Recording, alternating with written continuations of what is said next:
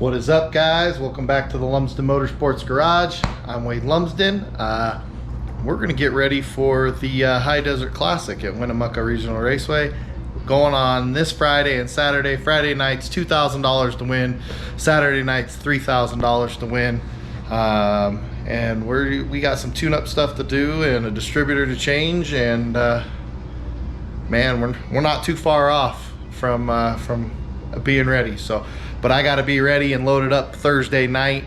That way I can be ready to go early on Friday to be able to get there on time. So let's get to work.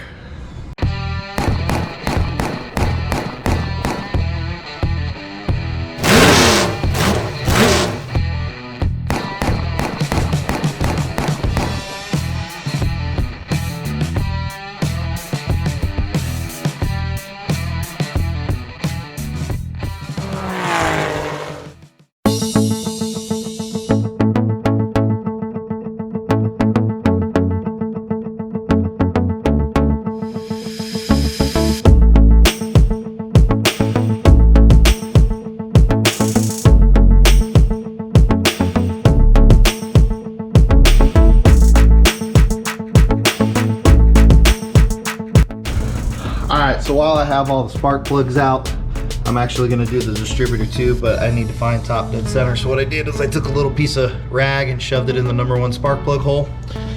When that poofs out, that means we're coming up on compression. And then what I'll do is I'll go to my harmonic balancer down here and line it up at 0. And then I'll be able to, I can take the cap and stuff off right now too, but and then the cap, when I take the cap off, the rotor should be pointing towards the #1 spark plug. But just wanted to that's how I find #1. Usually I just spin it and let it poof a little piece of paper or rag out of the hole. You don't shove it way down in there, you just kind of block the hole a little bit. You're not stuffing it in. But that's how I do it.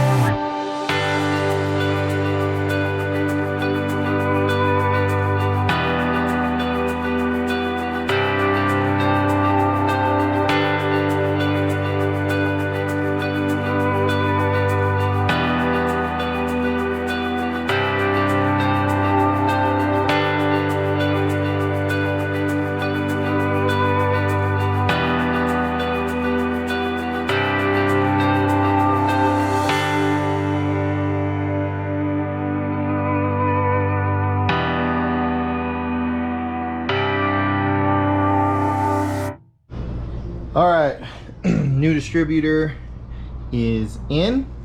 I like these Scott wires. They all have numbers on them. Firing order's right, 18436572. New spark plugs are in. Only thing that was missing is on my distributor, I need these connectors. I'm trying to keep these connectors with this distributor. I'm gonna go get 3 to put on here so that I can connect the rev limiter. So gotta have those. Put the rev limiter on, and still make it, you know, easy to disconnect, and I might as well match what my spare distributor is going to have, right? This is some of the cool stuff on the distributor. There's a lockout plate there with a little bit of advance in the distributor already. This distributor has, now the cap and rotor and coil don't have a whole lot of races on it, but the distributor itself has well over 100 races on it. So take it in for its spa day. That, and I broke the connector, so it'd be nice just to get that fixed anyways. Though I know that it's something I could do, but I might as well just take the whole thing in and get it cleaned up and make it look brand new. That lockout plate puts a little bit of advanced timing into the distributor. So when I go to start the car, because I have a high compression motor, I'm an open motor, right? When I go to start the car, it'll start easier versus, you know, locking it out at 0.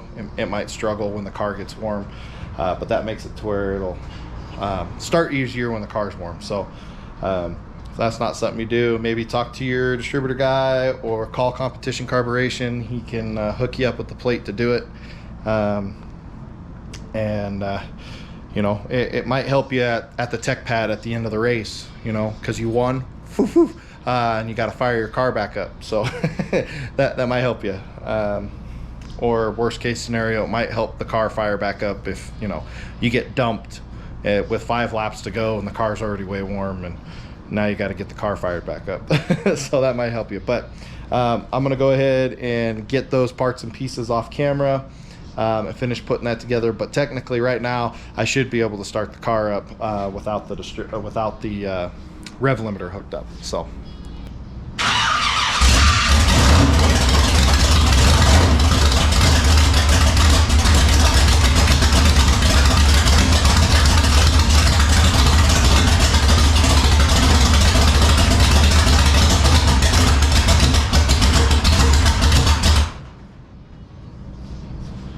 alright, so she fires up, she'll run. I was able to get the timing really close based off of where the old distributor was sitting. I used a Sharpie and got it really close. So at this time, you know, I'm not going to do it.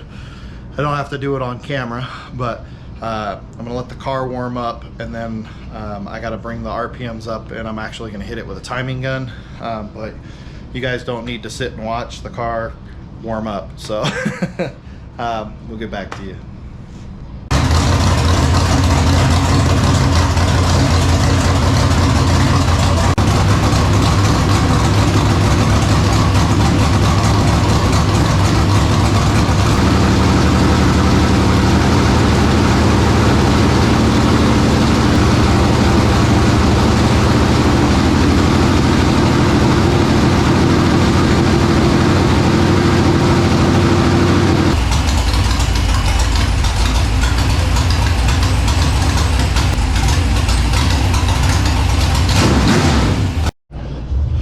All right, got her all timed, got her locked in place. I know there's a lot of people out there that do a lot of different things. I'm running methanol, so mine's timed at 32 degrees advance at 3,500 RPM. There's lots of people out there that do whatever they want, you know, 34 at 34. 36 at 34, 36 at 36, whatever. Teach their own. I know there's a lot of guys that run race gas, and I've seen those guys play with their timing at every single race. You know, they throw a little bit more advance in or take a little bit out, depending on the temperature at the racetrack. I feel like with methanol, once you get it set, it's set, because it's like, I don't know, you got to make a 5 or 10 degree difference to really feel the difference. In my opinion, that's probably not true. You could probably see the difference on a dyno, but I haven't felt the difference or anything like that. So I do mine at 32 degrees advance at 3,500 RPM. So, and I like my timing gun. It's got a little tack on it, so, you know, I can just set the advance that I want. digitally, boom, boom, boom, up to 32, and then I hold it up to 3,500 RPM, and I aim down at my timing mark, and I wait until the timing mark lines up at 0 as I'm turning the distributor. So, and that's about it. And lock it in place, and we're good to rock and roll. So, that's that. All right, so kind of stinks, but got the new distributor in. I hooked up my Rev Limiter, and the Rev Limiter didn't work. Double checked the wiring. I even made sure, because I used those clamp style connections. I can show you real quick. These things. Boom. Put the wire in across there, and then you clamp it, and it makes connection. Then you can put a spade connector on the end. Made sure that there was connection with, through those, and there was. I'm not seeing anything wrong with the way it was hooked up or anything like that. So I think my Rev Limiter might have given up the ghost, which I don't know. That might explain why I was having electrical issues in the past, but I don't think so, because at the end I was still able to get it to work. I put my 3,000 RPM chip in there, and nothing. I'm revving right past it. So I went to Summit Racing Equipment and got myself a new Rev Limiter. We're gonna get it installed on here. Hopefully that fixes the problem. If not, then maybe, I don't know, I'm gonna have to do some real deep internal digging to figure out what the heck's wrong. So let me get this thing wired up in there, and fingers crossed. Got the new Rev Limiter in. I guess this is a good time to do a little reminder that every once in a while you should be checking your Rev Limiter, because that's just an absolute stupid thing for you to win a heat race or win a main event and hit the tech pad, and they check your Rev Limiter box, which is like, I don't know, I feel like it's the #1 thing that's inspected, because it's easy. They check your chip, make sure it's the right chip, they check your box, or they pull that out, put a 3,000 RPM chip in there and make sure it hits. It's a really stupid thing to get disqualified for, right? So make sure you're checking your box, especially if you do anything electrical. But it's a good thing to do every couple of races. You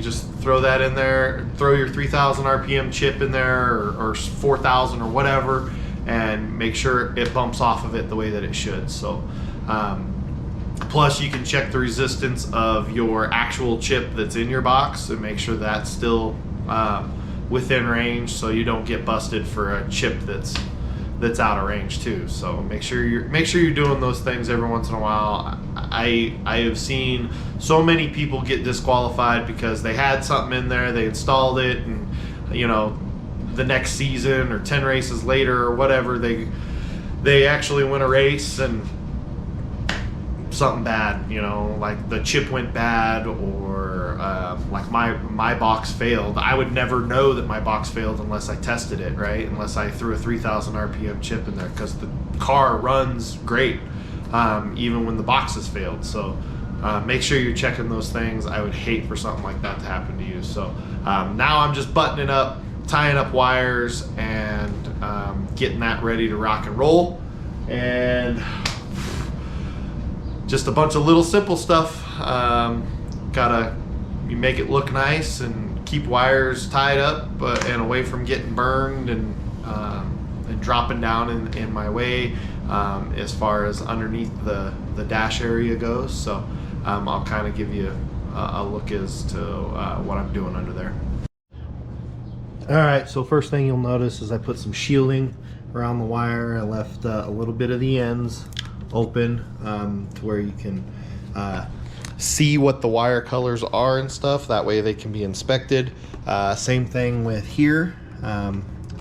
Left a little bit out so that they can be inspected. Right now I got my 3,000 RPM chip in there from testing it, but you'll see I kind of built a little platform bent a nice piece. It's bolted up right here on this part of the firewall, and then I put a little clamp right here on the bar that goes up, and then I just kind of looped everything in here. I'm not a huge fan of looped wires and things like that, but I know at the racetrack I have experienced where, oh crap, you know, an end broke off, or wire got cut somehow or burned up or whatever. So if you leave, you know, that little bit of extra whatever wire, makes it to where you can chop off an end, add a new piece to it, and still use it without having to, you know, try to splice in some extensions and stuff, which is kind of what happened right here. Right here, I don't know if you guys got a chance to see my Bristol videos, but I had a wire, this wire actually, that goes to my tack. It actually broke. And when it broke, because I cut it to an exact length, I didn't really have enough there to patch it together the way that I wanted to and give it a little bit of extra slack. So I ended up having to piece in a piece of wire and put, you know, connectors on each end. And I always use connectors that seal. You know, they have the heat shrink already on them, or if I don't have that, I do put heat shrink on there, because when I'm washing the car, you know, I don't want that kind of stuff getting full of water. Plus it, you know, tends to hold on to the wire a little bit better and give that connection a little bit more support so it doesn't just yank out. So, but, you know, just try to keep your wires and stuff tied up and supported and not flopping around and not to where they can drop down. I know I don't do the most amazing job at that. I've gotten a whole lot better than when I first started getting into racing. It used to be, I just zip tie the crap out of everything and and hope, you know. But if you actually use, you know, some protectant shield, and get yourself some clamps to run things through, it makes things a whole lot nicer when you're trying to diagnose problems, or change out parts, especially if you're in a hurry at the racetrack. It just makes it to where you know where everything's running, because it's nice and clean, and done in a way that you know, versus like this huge rat nest of wire. That makes it kind of tough to find what you're looking for and work on those things. So just some stuff to keep in mind, but this thing finally works. And we're one step closer to going to race Winnemucca. Woo woo!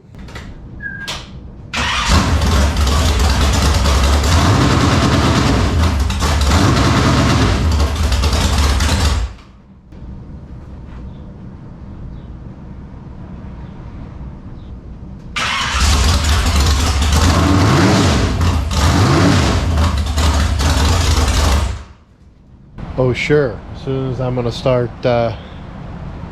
getting the trailer ready for a car, it starts raining. Just my luck. I mean, don't get me wrong, it's summertime, it's been stupid hot. I so much enjoy the rain and the cool weather that comes with the rain, but man, always when I'm trying to do something.